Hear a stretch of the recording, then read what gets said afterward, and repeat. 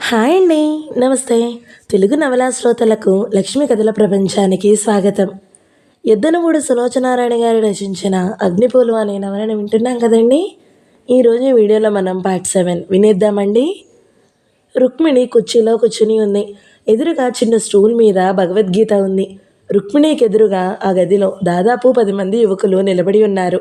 రాహుల్ చెప్పాడు, వదినా, భగవద్గీత మీద చెయ్యి ఆనించండి.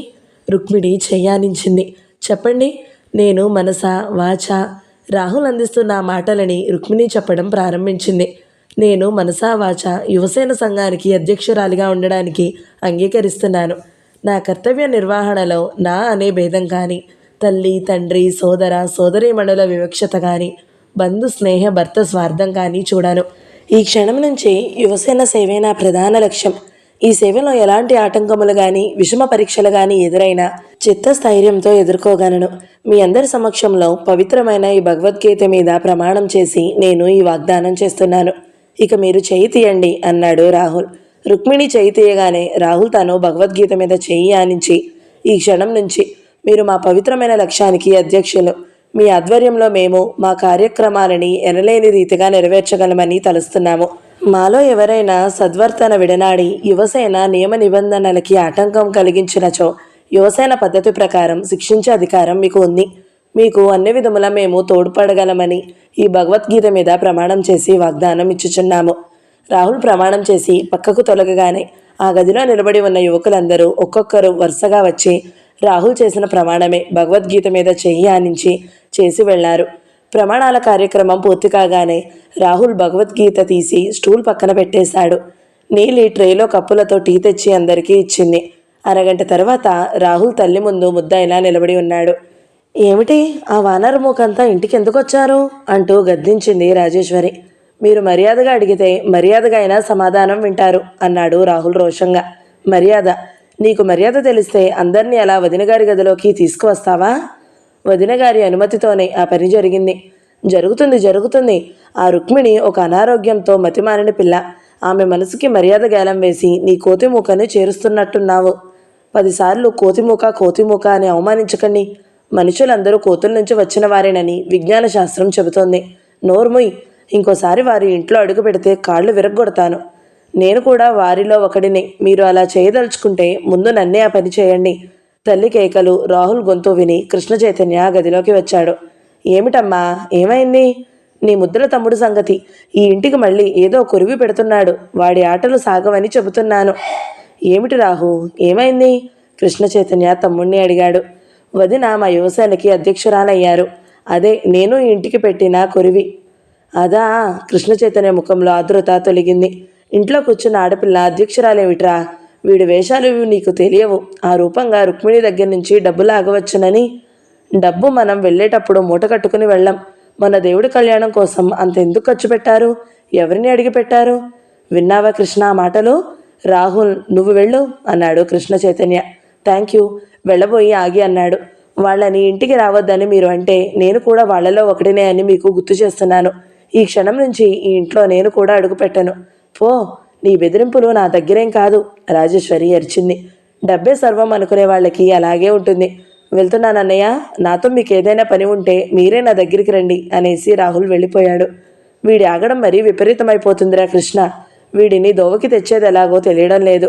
ఇప్పుడంత కాని పని ఏం చేశాడమ్మా? రుక్మిణి మొదటే నాకు చెప్పింది.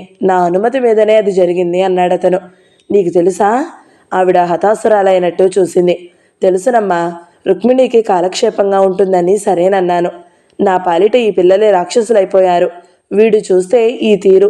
ఎప్పుడు పరాయివాడిలా మాట్లాడతాడే తప్ప ఈ ఇల్లు నాది అన్నట్టు అననే అనడు. ఆ భవానీ చూడబోతే ఆ తీరు. అది మళ్ళీ ఆ బాబీతో హైదరాబాద్ వెళ్ళింది. ఈ తిరుగుళ్ళు ఎందుకు చెప్పు? భవానీ తెలుగు తక్కువ పిల్ల కాదమ్మా. స్వేచ్ఛగా ఉండాలని అనుకుంటుందే గాని తన ఇంటి మర్యాద గురించి ఎప్పుడూ మర్చిపోదు. నాకు ఆ నమ్మకం ఉంది. అందుకే వెళ్ళనిచ్చాను. నువ్వు చూడబోతే నువ్వు వాళ్లతో సమంగానే నన్ను బాధ పెడుతున్నావు. నేనా? అవును. కాకపోతే ఆ వెదురుపాలెం అమ్మాయిని ఎందుకు ఇంటికి రాకుండానే తిరస్కరించి మేనేజర్ గారితో కబురు చేశావు? అసలు రానిచ్చి ఆ పిల్లని చూస్తే ఏం పోయేది? అతని ముఖం గంభీరంగా అయింది. అనవసరంగా ఎందుకు ఆ పిల్లకి ఆశ పెట్టడం అనుకున్నాను. నువ్వు రెండో పెళ్లి చేసుకోకుండా ఎల్లకాలం ఇలాగే ఉండిపోతావా? అతని ముఖంలో బాధ రెపరెపలాడింది. అమ్మా, ఒక్క మాట అడుగుతాను, చెప్పండి. ఆ ప్రమాదం రుక్మిణికి కాకుండా నాకే జరిగిందనుకోండి, మీరు రుక్మిణికి వేరే పెళ్లి చేసేవారా? ఆవిడ జవాబు చెప్పలేనట్టుగా చూసింది. రుక్మిణిని నేను బాధ పెట్టలేను. ఆ మాట అర్థం చేసుకుంటే మీరు ఆ పెళ్లి ప్రయత్నాలు జోలికే పోరు. సంబంధాలు మంచివి ఉంటే రాహుల్కి చూడండమ్మా అన్నాడు. వాడు పెళ్లి చేసుకోనని అంటున్నాడుగా. మంచి అమ్మాయి దొరికితే ఒప్పించే బాధ్యత నాది. రాజేశ్వరి నిట్టూర్చింది. ఇదంతా నాకు విషమప్రాయంగా భరించలేనట్టుగా ఉంది. నీకెట్లా తోస్తే అట్లా చెయ్యి. ఇక నేను కల్పించుకోను. నన్నేమీ అడగకు. కృష్ణ చైతన్య చిరునవ్వు నవ్వాడు. తల్లి బాగా కోపంగా ఉన్నప్పుడు అనే మాట ఇది అని అతనికి బాగా తెలుసు. సాయంకాలపు నీరెండ చెట్ల కొమ్మల మధ్య దోబూచులాడుతుంది. రుక్మిణి వరండాలో కుర్చీలో కూర్చుని ఉంది. అమ్మమ్మగారు కూడా అక్కడే ఉంది. ఇద్దరు వరండా దిగువన ఎదురుగా ఉన్న పచ్చికలో జెనీ, భవానీ ఆడుతున్న టెన్నిస్ చూస్తున్నారు. టెన్నిస్ ఆటలో జెనీ చాలా సిద్ధాస్తురాలంటే ఆమె బంతిని విసురుగొట్టే విధానమే తెలియజేస్తుంది. సిద్ధు జెనీ వైపు, నీలి భవానీ వైపు నిలబడి గెలుపు ఓటమిలు చూస్తున్నారు. భవానీ బంతిని కొట్టలేకపోతే అది నీలి ఓటమిలా సిద్ధు నాలిక బయటపెట్టి వెక్కిరిస్తున్నాడు. పైనుంచి వచ్చిన కృష్ణ చైతన్య మెట్లు దిగి వరండాలో నుంచి తల్లిగది వైపు వెళ్ళబోతున్నవాడల్లా సిద్ధు నీలి కేకలు విని ఇటు తిరిగి చూశాడు. జెనీ ఆటని అతను ప్రశంసాపూర్వకంగా చూశాడు. అన్నయ్య, నువ్వురా, భవానీ అర్థించింది. నేనా? పనుంది అన్నాడు. ఒక్క 10 నిమిషాలు ఆడండి, రుక్మిణి అడిగింది. తను పెళ్లి అయిన కొత్తల్లో సాయంత్రం వేళ ఈ స్థలంలో ఈ ఆటలో నవ్వులు హోరెత్తేవి. భవానీ, రాహుల్, తను, కృష్ణ చైతన్య నలుగురు తప్పనిసరిగా ఆడేవారు. రుక్మిణికి ఇన్ని రోజుల తర్వాత భర్త ఆట చూడాలనే కోరిక కలిగింది. వెళ్ళండి ప్లీజ్, దగ్గరగా వచ్చి నిలబడిన భర్తని చేతిని పట్టుకుని అడిగింది. వద్దు రుక్కు, తగ్గు స్వరంతో అన్నాడు. నాకు మీ ఆట చూడాలని ఉందండి, నా కోరిక తీర్చరు? అతడు క్షణంసేపు చూశాడు. భవానీ, నువ్వొచ్చేయి, మీ అన్నయ్య ఆడతారు అంది రుక్మిణి. భవానీ వదినగారు చెప్పగానే వచ్చేసింది. వెళ్ళండి, బలవంతం చేసింది. పచ్చికలా నిలబడిన జెనీ చిరాకుని అదిమి పట్టినట్టు ముడిపడిన కనుబొమ్మలతో చూస్తుంది. వెళ్ళరా కృష్ణ అంది అన్నపూర్ణమ్మగారు. వెళ్ళన్నయ్య, లేకపోతే జెనీకి తనే బాగా ఆడగలననే గర్వం వస్తుంది అంది భవానీ. ఇంతమంది అర్థింపులు అతను కాదనలేకపోయాడు. కృష్ణ చైతన్య పచ్చికలో భవానీ నిలబడిన చోటలో వచ్చి నిలబడ్డాడు. సిద్ధు జెనీ వైపు నుంచి తండ్రి నిలబడిన వైపుకు రావాలని చూశాడు. కానీ నీలి అతన్ని భుజాలు పట్టి జెనీ వైపే తోసేసింది. కృష్ణ చైతన్య ఆడడం ప్రారంభించాడు. మొదలు అతను ఆట రానట్టే ఆడాడు. జెనీ చూపుల్లో గర్వం వచ్చింది. ఇదేమిటి వదన, అన్నయ్య అంత బాగా ఆడేవాడు, అసలు ఆట మర్చిపోయినట్టున్నాడు అంది భవానీ. ఉండు చూద్దాం అంటోంది రుక్మిణి. జెనీ ముందు కృష్ణ చైతన్య కూడా ఆడలేకపోవడం అన్నపూర్ణమ్మ గారికి మరింత గర్వకారణం అయ్యింది. సిద్ధు విజయోత్సాహంతో చూస్తూ నీలిని బాగా అయిందా అన్నట్టు చూశాడు. క్రమంగా ఆట జోరు ఎక్కువైంది. కృష్ణ చైతన్య మొదట ఆట రానట్టు చేసిందంతా నాటకమని అందరికీ తెలిసిపోయింది. ఇద్దరు సమవుజ్జీల్లా ఆడుతున్నారు. ఒక్కొక్కసారి జెనీ అతను విసిరిన బంతిని అందుకోలేకపోతుంది. జెనీకి రోషం, పట్టుదల రాసాగాయి. ప్రాణానికి తెగించిన దానిలా ఆడసాగింది. అది చూసిన కొద్దీ అతనికి ఉత్సాహం వచ్చింది. మధ్యలో కృష్ణ చైతన్య చూపిస్తున్న నైపుణ్యానికి ఆనందోత్సాహాలతో రుక్మిణి, భవానీ చప్పట్లు కొడుతున్నారు. జెనీ ఓడిపోతుంటే సిద్ధు ముఖం వెలవెలబోతుంది. నీలి పకపకా నవ్వుతుంది. చివరి ఆట పూర్తయింది. జెనీ చిత్తుగా ఓడిపోయింది. ఆ సుందరమైన ముఖంలో అవమానం, అభిమానం పోటీ పడుతున్నాయి. ఓడిపోయిన జెనీ వచ్చి అయిష్టంగానే అతనిని అభినందించడానికి చేయి చాచింది. కృష్ణ చైతన్య చెయ్యందించాడు. నువ్వింత బాగా ఆడతావని నాకు తెలియదు జెనీ. అతని ప్రశంసలు ఆమెకి ఉత్సాహం కలిగించలేదు. ఓడిపోయింది. అతని ముందు చిత్తుగా ఓడిపోయింది.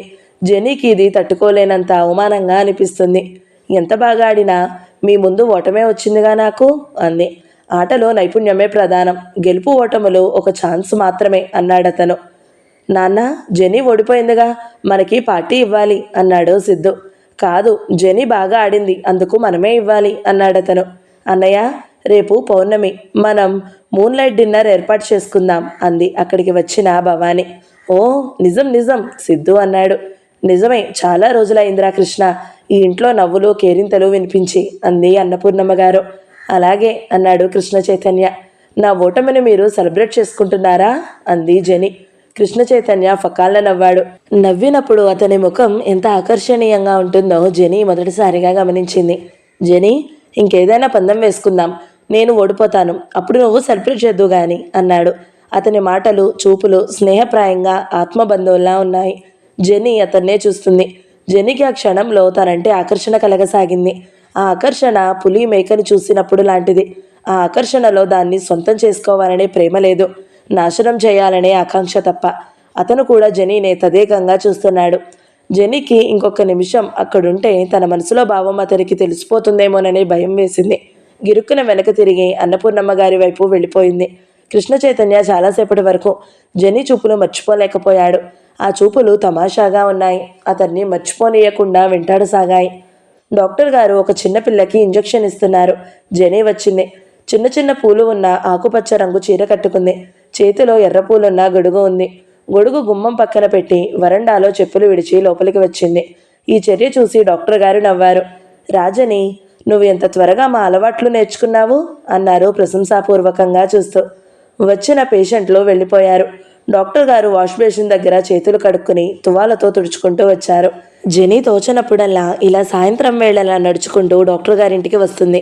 అక్కడ పొద్దుపోయే వరకు ఉండిపోతూ ఆయనే మళ్ళీ తిరిగి తీసుకుని వచ్చి దించి వెళతారు. ఎంతసేపు తన తల్లిదండ్రుల గురించిన కబుర్లు చెప్పుకుంటుంది. ఆ విషయాలలోకి దిగితే ఇక టైం ఎంత అయింది అనే ధ్యాసే ఉండదు. జెనీ ఈరోజు మామూలుగా కంటే సీరియస్గా ఉంది. ఆ ముఖంలో దేనికోసమో తల్లడిల్లుతున్న ఆవేదన స్పష్టంగా కనిపిస్తుంది. కాంపౌండర్ ఎక్కడికో వెళ్లడంతో డాక్టర్ గారు తనే టీకి నీళ్లు పెట్టారు. జెనీ కప్పులు కడిగి ఆయనకి అందిస్తూ సాయపడసాగింది. ఏమైంది జెనీ, ఎందుకలా ఉన్నావు? డాక్టర్ గారు టీ కలిపిస్తూ అడిగారు. డాక్టర్, టీ తాగబోతున్న జెనీ అడిగింది. ఏమిటి, ఏమైంది? ఆయన చెప్పమన్నట్టు చూశారు. జెనీ చేతిలో టీ కప్పు టేబుల్ మీద పెట్టేసింది. డాక్టర్, మాకు ఒక పెద్ద ప్రమాదం వచ్చింది. ఏమిటది? నాని ఈరోజు నాకు ఒక సంగతి చెప్పింది. బాబీకి భవానీకి పెళ్లి చేస్తుందట. డాక్టర్ గారికి ఇది పెద్ద వింతైన విషయంగా కనిపించలేదు. అందులో పెద్ద ప్రమాదం ఏముంది జెనీ? బాబీ భవానీ ఈడు జోడుగా ఉన్నారు. వాళ్ళిద్దరూ ఇష్టపడితే... stop it doctor, stop it. మేమిక్కడికి బంధుత్వాలు కలుపుకుందామని రాలేదు. మా అమ్మ నాన్న గడిపిన చోట కళ్ళారా చూసి వెళదామని వచ్చాము. మీరు నానికి కానీ బాబీకి కానీ గట్టిగా చెప్పండి డాక్టర్. ఈ పెళ్లి జరగడానికి వీల్లేదు. నేను భరించలేను. ఎందుకని జెనీ? మీకు తెలియదా డాక్టర్? మీకు తెలియకపోతే ఈ ప్రపంచంలో ఇంకెవరికీ తెలియదు. జెనీ కళ్ళు రోషంగా అయినాయి. పళ్ళు బిగువన అన్నట్టుగా అంది. మా అమ్మని నాన్నని చంపిన కిరాతకులు. వాళ్లతోనా మాకు బంధుత్వం? వద్దు డాక్టర్, వద్దు. మేము పరాయి వాళ్ళగానే వచ్చాము, పరాయి వాళ్ళగానే వెళ్ళిపోతాము. నువ్వు చాలా కోపంలో ఉన్నావు జెనీ. మనం తర్వాత మాట్లాడుకుందాం. కోపం కాకపోతే ఆత్మీయత ఎలా వస్తుంది? మా అమ్మని స్వీకరించలేని వాళ్ళకి బాబీ ఎలా పనికి వస్తాడు? మీ అమ్మని తిరస్కరించింది భవానీ తండ్రి, భవానీ కాదు. కానీ ఆ భవానీ ఆ విరూపాక్షరాజ కూతురేగా. భవానీ తల్లి మా అమ్మని ద్వేషించిన మనిషేగా. జెనీ, అదెప్పటిదో పాత సంగతి. గడిచిపోయిన రోజులన్నీ తవ్వుకుని ప్రయోజనం లేదు. నువ్వు అవన్నీ మర్చిపోవడం మంచిది. మా అమ్మ నాన్న నాకు తిరిగి రావడం ఎంత అసాధ్యమో నేను అదంతా మర్చిపోవడం కూడా అంతే. నిజం డాక్టర్, నేను ఆ కృష్ణ చైతన్యాన్ని చంపితేనే గాని నా కసి తీరదు. నా కంటి నిండా నిద్ర రాదు. ఆయన ఉలిక్కిపడ్డట్టు చూశారు. నా కసి అంతా అతని మీదనే ఉంది. అతన్ని చంపితే మా అమ్మ నాన్న పోయిన తర్వాత భర్త వియోగంతో ఎంత బాధపడిందో, కొడుకు పోతే ఆ రాజేశ్వరి పుత్రశోకంతో అంత కుమిలి కుమిలి ఏడుస్తుంది. ఏడ్చి తీరాలి. ఆ బాధ ఏమిటో ఆవిడికి రుచి చూపాలి. Jenny, Jenny please. ఆయన జెనీ భుజాలు పట్టి కుదిపాడు. జెనీ మరింత ఆవేశంగా అంది. మాకు రావాల్సిన ఆస్తి అంతా ఆ కృష్ణ చైతన్య పేరిట వ్రాయించాడు. మా అమ్మని నాన్నని ఆ ఇంట్లో అడుగు పెట్టనీయలేదు. మేము అనాథలమయ్యి అక్కడ ఇక్కడ దిక్కులేని పక్షుల్లా తిండికి గుడ్డకి కరువు వాచి తలలు దాచుకునే చోటు దొరక్క తల్లడిల్లుతుంటే ఇక్కడ వీళ్ళు సకల భోగాలు అనుభవిస్తున్నారు. భగవంతుడే గనక నాకు అవకాశం ఇస్తే నేను తప్పకుండా ప్రతీకారం తీర్చుకుంటాను. ఓహ్, ఐ హేట్ దమ్. జెనీ అక్కడున్న బెంచీ మీద కూర్చుని ఏడవసాగింది. ఆయన స్తణువుగా నిలబడ్డారు. నా బాధ మీకు అర్థం కాదు డాక్టర్. మా అమ్మ రాసిన డైరీ మీకు ఒకసారి చదివితే మీకే తెలుస్తుంది. మీరు కూడా వాళ్ళని అంత అసహించుకుంటారు. డైరీయా? ఏ డైరీ జెనీ? అమ్మ ఇక్కడ గడిపిన ప్రతి క్షణం రాసుకున్న డైరీ. అది నా ప్రాణం. ఆయన వెళ్ళి టీ కప్పులు తెచ్చి జెనీ చేతికి ఇచ్చారు. జెనీ, నువ్వేం మాట్లాడుతున్నావో నీకు తెలియడం లేదు. మీ అమ్మ బాధపడింది, నేను కాదనను. జెనీ, అవన్నీ ఎప్పుడో జరిగిన సంగతులు. అదంతా ఆ తండ్రి చేసిన పని. ఇందులో కృష్ణ చైతన్య బాధ్యత ఏమీ లేదు. నువ్వు అతని తండ్రి క్రూరత్వం గుర్తు చేసుకుంటున్నావే కానీ కృష్ణ చైతన్య మంచితనం గమనించడం లేదు. మీరు ఏదైనా చెప్పండి డాక్టర్, కానీ వాళ్ళు మంచివాళ్ళు అని మాత్రం అనకండి. వాళ్ళకి తండ్రి ఘాతక చర్యలతో ఎందుకు సంబంధం లేదు? అన్యాయంగా అర్జించి పెట్టిన ఆస్తిని అనుభవిస్తున్నారు. అలాగే దానితో పాటు ఈ ప్రతీకారం కూడా ఆ వారసత్వంలో ఒక భాగమే అవుతుంది. ఆస్తితో పాటు ఇది కూడా అతను అనుభవించి తీరాలి. మీరు బాబీకి చెప్పండి, ఈ పెళ్లి జరగడానికి వీల్లేదు. బాబీ వాళ్ళ చేతుల్లో చిక్కుకోకుండా చూడండి. ఇది అడగడానికే వచ్చాను నేను. ఆల్ రైట్, నీకంత ఇష్టం లేకపోతే నేను అన్నపూర్ణమ్మ గారితో మాట్లాడతాను. ప్రామిస్, సరేనా అన్నారాయన. జెన్నీ ఆవేశం కాస్త తగ్గింది. థ్యాంక్ యూ అంది. డాక్టర్ గారు టీ తాగుతున్న జెనీని క్షణంసేపు తదేకంగా గమనించారు. ఆ అమాయక హృదయంలో పడుతున్న క్షోభని అర్థం చేసుకున్నారు. జెనీ టీ తాగి కప్పు కడిగి బల్ల మీద పెట్టింది. ఆయన జెనీ భుజం మీద చెయ్యి ఆనించారు. జెనీ, ఒక చిన్న మాట చెప్పనా? చెప్పండి డాక్టర్. క్షమా హృదయం గల మనిషి దైవంతో సమానం అవుతాడు తెలుసా? తెలుసు, కానీ నాకు దైవత్వం అవసరం లేదు డాక్టర్. నేను మామూలు మనిషిగా నేను కోరుతున్నది జరిగితే చాలు. నీకు తండ్రి లాంటి వాడిగా ఇంకో మాట చెప్పనా? చెప్పండి. చూడు, నీ మనసంతా మీ అమ్మ డైరీకి సంబంధించిన గత చరిత్రలో కూరుకుపోయి ఉంది. నువ్వు ఆ జ్ఞాపకాలలో నుంచి బయటపడి నీ కళ్ళెదురుగా ఉన్న ప్రపంచం గమనించడం లేదు. ఆ ఆలోచనల్లో కసితో నువ్వు నీ సంగతి కూడా చూసుకోవడం లేదు. ఈ జ్ఞాపకాలు దొంతరలో కూరుకుపోయిన నిన్ను బయటికి లాగాలంటే ఒకరికే సాధ్యం. ఆ ఒక్కరు ఎవరు డాక్టర్? నిన్నుగా అర్థం చేసుకోగలిగే వ్యక్తి. అలా అర్థం చేసుకోవాలంటే అతనికి చాలా గొప్ప మనసు ఉండాలి. మామూలు మనిషికి అది సాధ్యం కాదు. అలాంటి వ్యక్తి నీ జీవితంలోకి రావాలని, నిన్ను ఈ బాధల సంఖ్యల నుంచి విడగొట్టి నీకు స్వేచ్ఛని ఇవ్వాలని నేను ఆశీర్వదిస్తున్నాను జెనీ. Thank you doctor. కానీ అలాంటిదేమీ జరగదని నాకు బాగా తెలుసు. ఏది ఎప్పుడు ఎలా జరుగుతుందో ఒక కాలానికి తప్ప ఇంకెవరికీ ఏదీ తెలియదు. మనిషి అన్నీ నాకు తెలుసు అనుకుంటే కాలం అతన్ని చూసి నవ్వుకుంటుంది. డాక్టర్ గారు ఉన్నారండి. ఇంతలో ఎవరో పిలవడంతో ఆయన అవతల గదిలోకి వెళ్లారు. జెనీ ఆ గది కిటికీ దగ్గరికి వచ్చి నిలబడింది. దూరంగా కొండల మీద వానమబ్బులు గుంపులుగా చేరుతున్నాయి. గాలి స్తంభించి ఉంది. ఇప్పటికో కాసేపటికో వాన రావచ్చు. డాక్టర్ గారి పెంపుడు నెమలి పురివిప్పి అడుగులు వేస్తూ నృత్యం ప్రారంభించింది. దూరంగా రోడ్డు మీద 2 ఎడ్ల బండిలో కూర్చుని ఆడవాళ్లు వెళ్తున్నారు. వాళ్ళ చీరలు, నగలు గమ్మత్తుగా ఉన్నాయి. జెనీ నిట్టూర్చింది. నీ మనసు మీ అమ్మ డైరీ అనే జ్ఞాపకాల చరిత్రలో కూరుకుపోయి ఉంది అన్న డాక్టర్ గారి మాటలు గుర్తుకు వచ్చాయి. నిజమే, కానీ అదే తనకి ఆనందం. జెనీ చూపులో గదిలోకి మళ్ళాయి. అక్కడ మూలగా తుపాకీ పెట్టి ఉంది. జెనీ మెల్లగా వెళ్ళి దాన్ని చేతుల్లోకి తీసుకుంది. ప్రాణాలని ఎంత సులభంగా తీస్తుంది ఇది. డాక్టర్ గారు గదిలోకి వచ్చారు. ఆయన జెనీ చేతుల్లో తుపాకీ చూడగానే, జాగ్రత్త జెనీ, అది లోడ్ చేసి ఉంది అంటూ కంగారుగా దగ్గరికి వచ్చి తీసుకున్నారు. జెనీ ఇంకా దానివైపే చూస్తుంది. ఇది మీకెందుకు డాక్టర్? నేను ఒక్కొక్కసారి అర్ధరాత్రి వేళ వైద్యం కోసం పొరుగురు వెళ్ళి ఆ అడవి గుండా రావాల్సి వస్తూ ఉంటుంది. ఒకసారి ఇది చేతిలో ఉండడం మూలంగానే 14 అడుగుల పాము బారి నుండి నా ప్రాణం రక్షించుకోగలిగాను. ఇది ప్రాణం రక్షిస్తుంది, ప్రాణం తీస్తుంది కూడా. అవునా డాక్టర్? అవును జెనీ, అది పట్టుకునే మనసుని బట్టి ఆ పరిస్థితులు ఉంటాయి. నాకు కూడా నేర్పండి డాక్టర్. ష్యూర్ తప్పకుండా. కానీ నీకెందుకమ్మా? దాన్ని జాగ్రత్తగా తుడుస్తూ అన్నారు. నాకు ఇష్టమైన క్రూర మృగాన్ని చంపుతాను. ఇష్టమైన క్రూరమృగమా? వింతగా ఉందే. ఎక్కడ చూసావు? సమయం వచ్చినప్పుడు చెబుతాను. సందర్భం కుదిరితే దాని ప్రాణాలు తీసి మీకు చూపుతాను. ఏమిటి, ఆ అడవిలో ఎక్కడికైనా పులిని చూసావా? అవును డాక్టర్, చాలా అందమైన పులి. మంచి వయసులో ఉంది. దాని నడక ఎంత హుందాగా ఉంటుందని.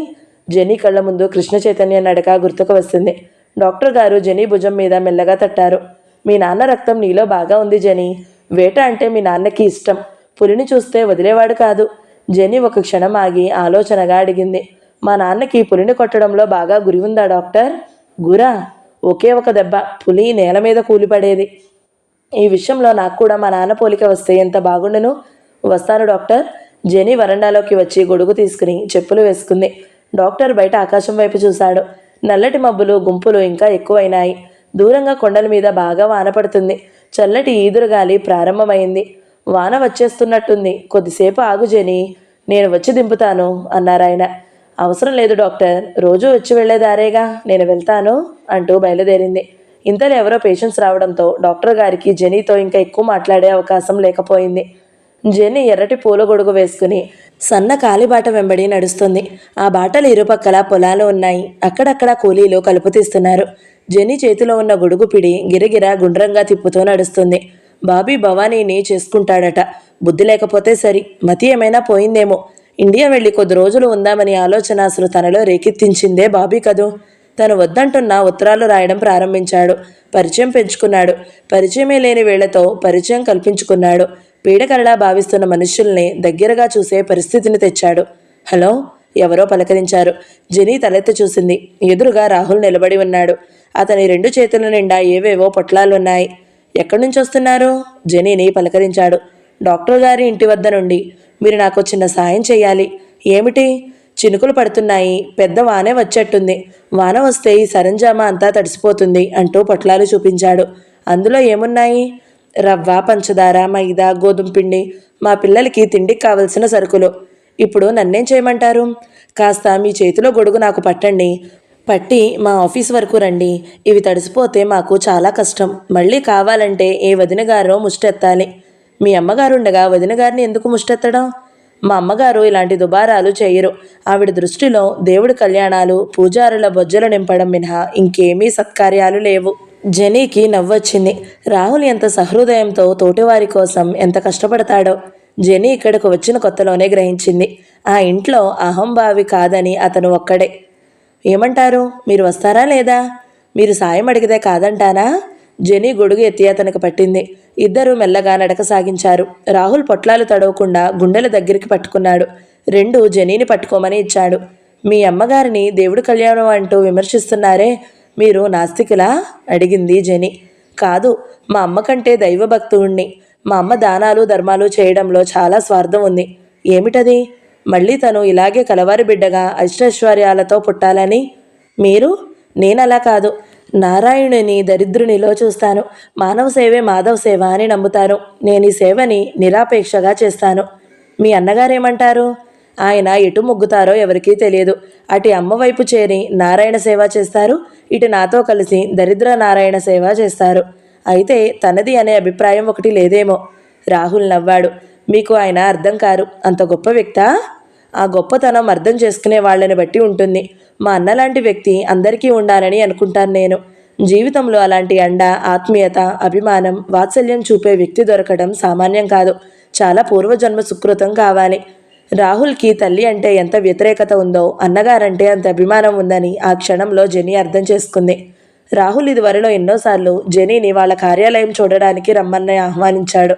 కానీ జెనీ వెళ్ళలేదు. రుక్మిణి కూడా దీని గురించి ఎంతో ఉత్సాహం చూపించింది. రండి, గేటు తెరుస్తూ అన్నాడు రాహుల్. ఇద్దరూ లోపలికి వెళ్లారు. మండువా లోగిలి ఉన్న పెద్ద పెంకుటిలు అది. 4-5 గదులు ఉన్నాయి. దొడ్లో వంటకి రేకులతో షెడ్డు ఉంది. దానికి ఎదురుగా పాకలో 2 గేదెలు కట్టేసి ఉన్నాయి. వంట షెడ్లో 2 కుర్రాళ్ళు వంట ప్రయత్నంలో ఉన్నారు. ముందు ఆవరణలో కొంతమంది చెడుగుడు ఆడుతుంటే మరికొంతమంది వరండాలో ముష్టి యుద్ధం ప్రాక్టీస్ చేస్తున్నారు. ఒక అతను దగ్గర నుండి నేర్పుతున్నాడు. వీళ్ళు యుద్ధానికి తయారవుతున్నట్టున్నారు. మీ యుద్ధం ఎవరితో? నవ్వుతూ అంది జెనీ. మొదట దేశద్రోహులతో, ఆ తర్వాత దేశంలో ఉన్న స్వార్థపరులతో, దేశాన్ని స్వలాభం కోసం పరాయి వాళ్ళకి అమ్మే వంచకులతో, తర్వాత దారిద్ర్యంతో, ఆ తర్వాత కులమత విభేదాలతో, దేశంలో తామర తంపరలా విస్తరించిపోతున్న అవినీతితో, లంచగొండీలతో. రాహుల్ ముఖం దేశం పేరు చెప్పగానే దీప్తివంతమైంది. జెనీ, మాది ప్రజాసేవ, దరిద్ర మాధవ సేవ. మా సేవలు ప్రజలకే అంకితం. పాలిటిక్స్తో మాకు సంబంధం లేదు. ప్రజల్ని చైతన్యవంతులు చేసి పటిష్టమైన ప్రభుత్వం ఎన్నుకునేలా నేర్పడానికి ప్రయత్నిస్తాము. పదవిలోనికి వచ్చిన ఏ ప్రభుత్వమైనా మా సేవ అంటే భయపడాల్సిందే. ఒళ్ళు దగ్గర పెట్టుకుని పనిచేయాల్సిందే.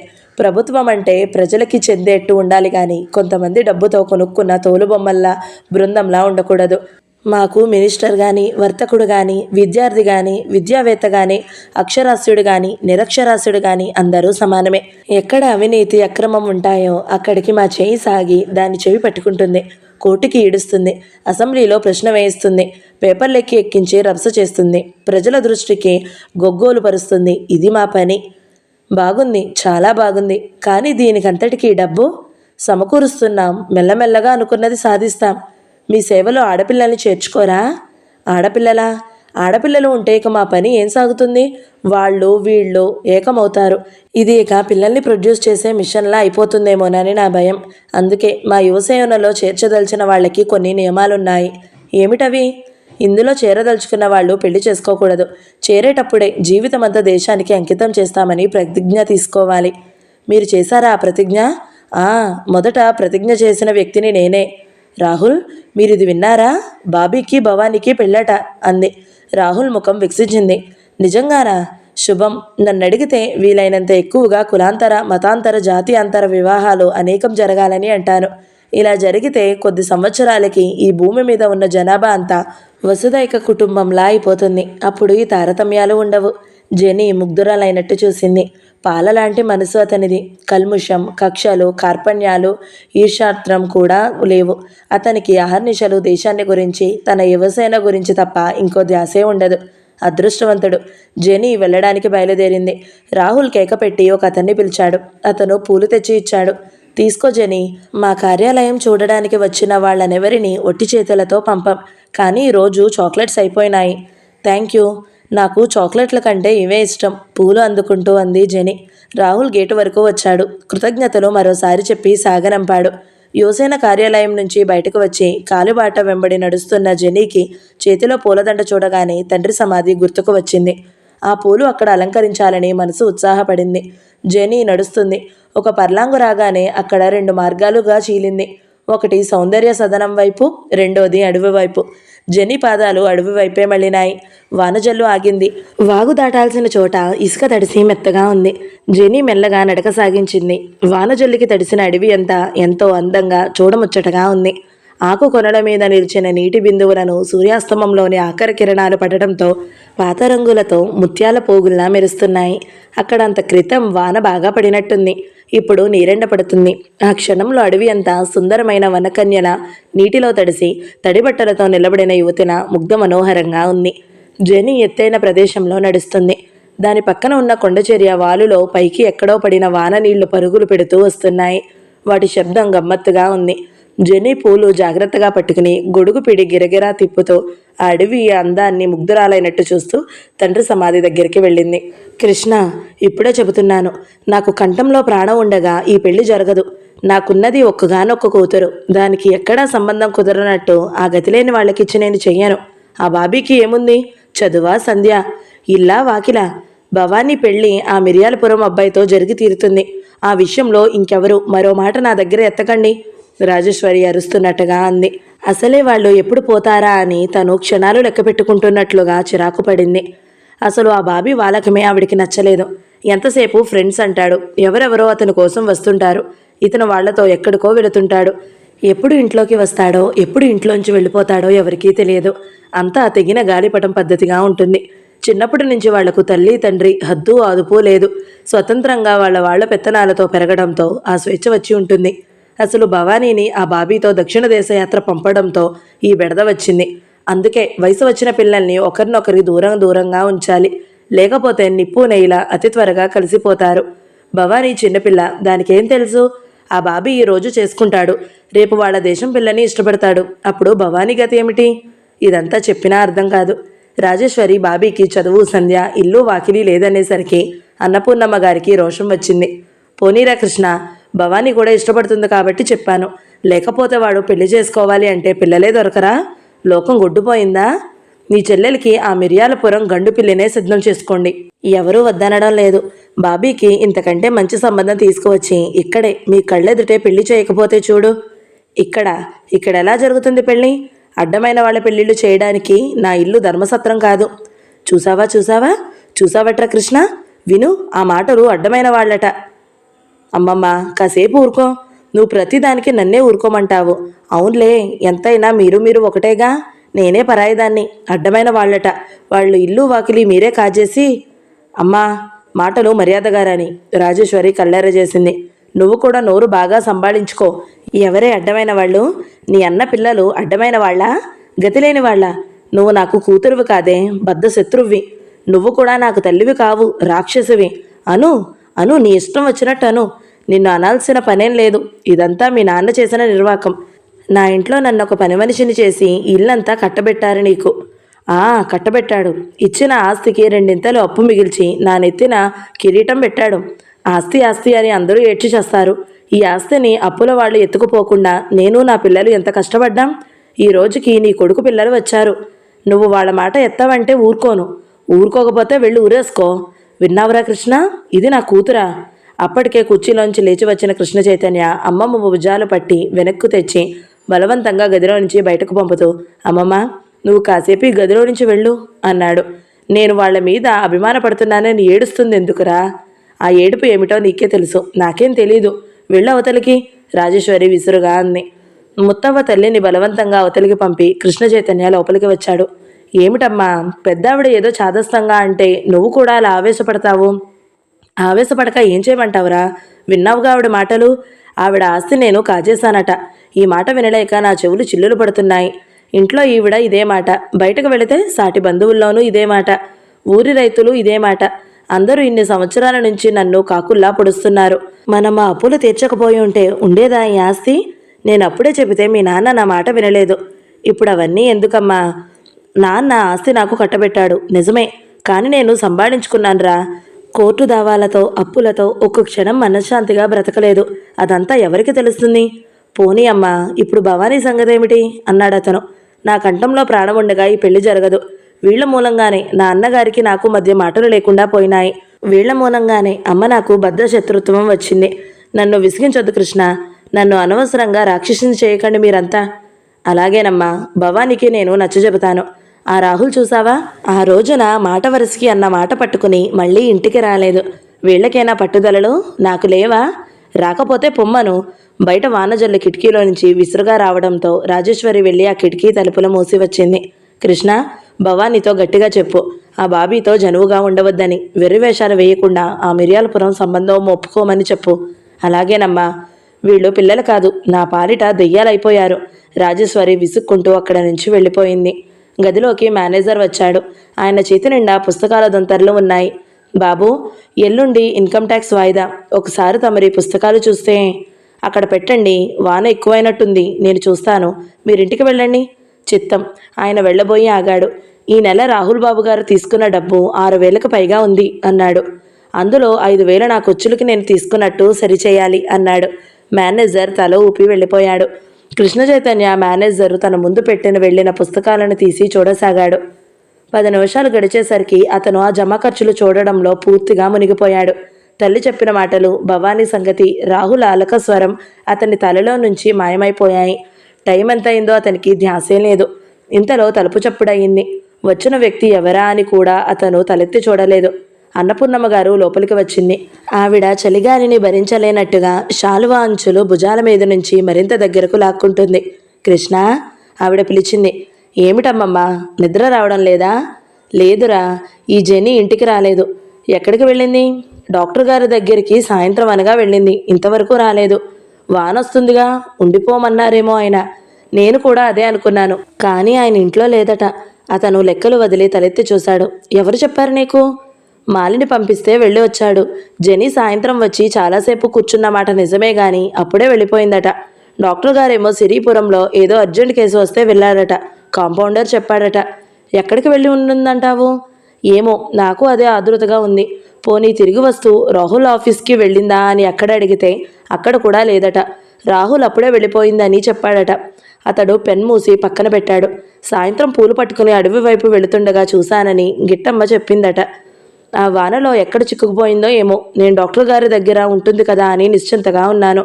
ఆ అడవిలో దారి తప్పిపోయిందో ఏమిటో. ఈ వాన, చీకటి ఆవిడ కళ్ళల్లో నీళ్లు ఊరడానికి సిద్ధంగా ఉన్నాయి. నువ్వేం కంగారు పడకమ్మమ్మా. జెనీ తెలివిగల పిల్లే. ఎక్కడో అక్కడ జాగ్రత్తగా ఉండి ఉంటుంది. నేను వెళ్ళి చూసొస్తాను. నేను కూడా వస్తానురా. వద్దమ్మమ్మా, ఈ చలిలో నువ్వు నడవలేవు. అతను కుర్చీలో నుంచి లేచాడు. గడియారం టంగ్ టంగన 10 గంటలు కొట్టింది. పాపిష్టిదాన్ని, ఈ భవానీ పెళ్లి గొడవలో పడి దాని సంగతి మర్చిపోయాన్రా. కృష్ణ చైతన్య కారు తాళాలు తీసుకుని వెళ్ళాడు. రెయిన్ కోట్ వేసుకున్నాడు. నువ్వు వచ్చే వరకు నేను ఇక్కడే ఉంటానురా. అలాగే అమ్మమ్మా అన్నాడు అతను. పడక గదిలోకి వచ్చిన రాజేశ్వరి కిటికీ తలుపులు మూయడానికి వెళ్ళింది. ఆమె ఒక్క క్షణం అక్కడే నిలిచిపోయింది. ఎదురుగా గెస్ట్ హౌస్లో బాబీతో మాట్లాడుతూ భవానీ కనిపించింది. బాబీ ఏదో అంటున్నాడు. భవానీ విరగబడి నవ్వుతుంది. ఆ దృశ్యం చూడగానే రాజేశ్వరి ఒళ్ళు బగ్గుమంది. నీలి, ఓ నీలి అంటూ కేకలు పెట్టింది. నీలి పరిగెత్తుకు వచ్చింది. భవానీని నేను పిలుస్తున్నానని పిలుచుకురా అని పురమాయించింది. అలాగేనమ్మా. నీలి వెళ్ళింది. నీలి వెళ్ళేసరికి భవానీ నవ్వుతూ అప్పుడేం చేశావు నువ్వు అని అడుగుతుంది. ఏం చేశాం? ఆ నీళ్లల్లో వాళ్ళం అలాగే ఉండిపోయాము. అసలు ఆ నీళ్లల్లో ఈత కొడుతున్న పిల్ల ఆవిడ కూతురు కాదని తెలిసిపోయింది. మా బట్టలు, పర్సు, వాచి అన్నీ ఆ మహాతల్లి ఎత్తుకుపోయింది. ఒక అతన్ని బ్రతిమలాడి అద్దెకిచ్చే బట్టలు తెచ్చుకుని అవి వేసుకుని బయటపడ్డాను. భవానీ నవ్వు ఆపుకోలేనట్టుగా పకపకా నవ్వుతుంది. బాబీ కూడా నవ్వుతున్నాడు. అతను భవానీనే చూస్తున్నాడు. భవానీ నవ్వుతుంది, కబుర్లు చెబుతుంది, చూపులతో కవ్విస్తుంది. కానీ దగ్గరికి మాత్రం రానియదు. దక్షిణ దేశం చూడడానికి వెళ్ళినప్పుడు ఒంటరిగా ఉన్న సమయంలో చనువు తీసుకోబోతే తెలివిగా దూరంగా వెళ్ళిపోయింది. బాబీకి భవానీ మనస్తత్వం అర్థం కావడం లేదు. తనంటే ఇష్టం అంటుంది. తనతో తల్లికి ఇష్టం లేకపోయినా ఊళ్ళు వస్తుంది. కానీ చనువు ఇవ్వదు. ఈరోజు ఈ చనువు జబర్దస్తిగా తీసుకోవడానికే అతను నిశ్చయించుకున్నాడు. అందుకే భవానీని మాటలతో పొద్దుపోయే వరకు తన గదిలోనే ఉంచేశాడు. ఇంతలో నీలి పరిగెత్తుకు వచ్చింది. మిమ్మల్ని అమ్మగారు రమ్మంటున్నారు అంది. వస్తానే, వెళ్ళు అంది భవానీ. ముందు రమ్మంటున్నారు. పోలీసు జవానులా నిలబడింది నీలి. భవానీ నీలి వైపు కోపంగా చూసింది. కిటికీలో నుంచి చూస్తే తల్లి కనిపించింది. భవానీ చేసేది లేక లేచి నిలబడింది. బీనా, నాకు పాన్ కావాలి అన్నాడు బాబీ. అలాగే అంది భవానీ. ఆ వంకతో మళ్ళీ వస్తుందని అతని ఆశ.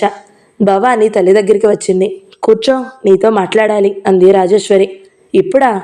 నాకు నిద్ర వస్తుంది. అయితే పడుకో. ఈరోజు నా మనసు బాగాలేదు. కాసేపు నా దగ్గర కూర్చుని ఏదైనా కబుర్లు చెప్పు భవానీ అంది. భవానీ సందిగ్ధంలో పడిన దానిలా చూసింది. నాకేం కబుర్లు వస్తాయి మమ్మీ అంది. ఏమైనా పర్వాలేదు. మీ దక్షిణ దేశ యాత్రలో ఎక్కడెక్కడ తిరిగారో చెప్పు. భవానీకి ఉత్సాహం వచ్చింది. తల్లి ఇలా చనువుగా మాట్లాడడమే చాలా అపురూపం. ఈ సందు చూసుకుని బాబీ ఎంత మంచివాడో చెప్పాలని నిశ్చయం చేసుకుంది.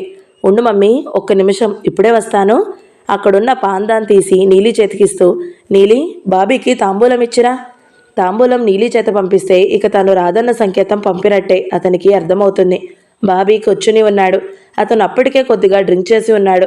బయట చల్లటి వాతావరణం అతని శరీరంలో కోర్కెని రెచ్చగొడుతుంది. క్షణం క్రితం అన్నపూర్ణమ్మ గారు వచ్చి జెనీ ఇంకా రాలేదని బాబీని వెతికి రమ్మనమని అంది. నేనా?